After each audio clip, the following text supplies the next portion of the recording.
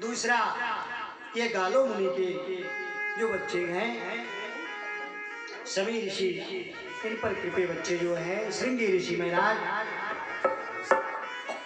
जिन पर शास्त्रों में सभी ऋषि बताया गया, अर्थात वह जब बार बार पिता को देखते हुए आए, इनके गले में मरा हुआ सर्प था, स्पर्श करते पिता के गले में मरा हुआ सर्प देखकर घबरा गए। उन्होंने सजल लिया, संकल्प कर लिया कि जो भी मेरे पिता के गले में मरा हुआ सर्प डाला है, आज ही सर्प उसको 7वें दिन तक छकनाग मान कर काटेगा। श्राप तो दे दिए, श्राप लग गया। आजकल काल में अगर किसी का श्राप नहीं लगेगा तो माता पिता का श्राप बच्चों पर लग जाएगा। बार बार श्रापा नहीं जाती। लाला श्राप लगा और वह श्राप लगने का कारण है, श्राप पर विशेषता उन्होंने अनमोल दिया। करुणा करने पर भगवान शरणागत बिंदुओं पर जाकर जैसे पिताजी जगे, कहा बेटा आपने किसी को कुछ कहा तो नहीं? कहा मैंने तो श्राप दे दिया। कहा बेटा वो राजा है, हमारे राज्य में आए हैं, और राजा अगर भूल चूक से गले में सर्प डाल दिया तो आपको इतना बड़ा श्राप नहीं देना चाहिए। नहीं हो श्राप की मरी हो जाई। तुरंत शिष्यों को भेजकर उधर जब परीक्षित जी अपना मुकुट उतारे, उनको ज्ञान हो गया कि मैं संत को गलत समझ बैठा और उस संत के गले में मैंने सर्प डाल दिया, नहीं चाहिए। दो लोग संत को अज्ञान समझ बैठे, दोनों लोगों को भुगतना पड़ा। पहला परीक्षित जी महाराज संत को गलत समझ बैठे, इस नाते श्राप लगा। दूसरा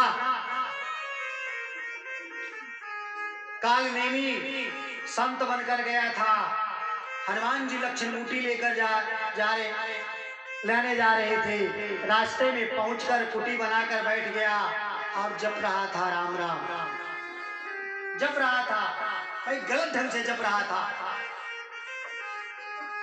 इस नाते वो भी गलत था। और हनुमान जी को ये भी तो अग्रहणीय है, जिन पर ये परम संत है, गलत समझ बैठा। क्यों? कालनेमी का विनाश हुआ। इधर संत को असंत मत समझो। तीसरा भाव, कैकेयी ने संत को गलत समझा, इस नाते श्राप लगा। संत की महिमा भगवान पुनः बखान किए। संत कृपा करते हुए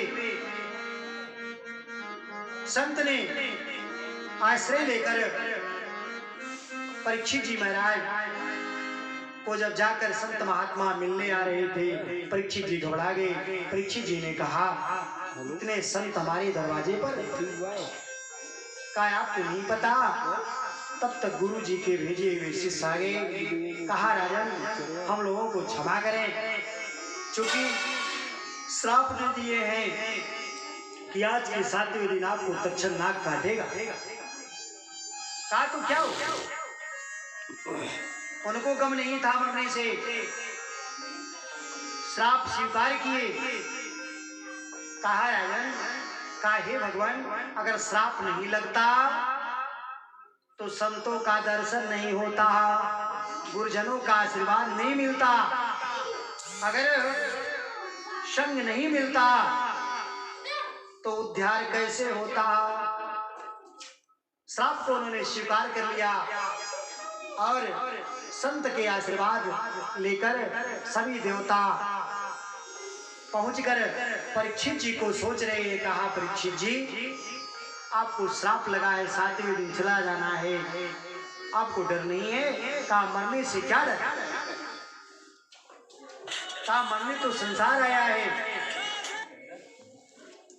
कहा, मरने तो संसार आया है, जीव को शरणागत करते हुए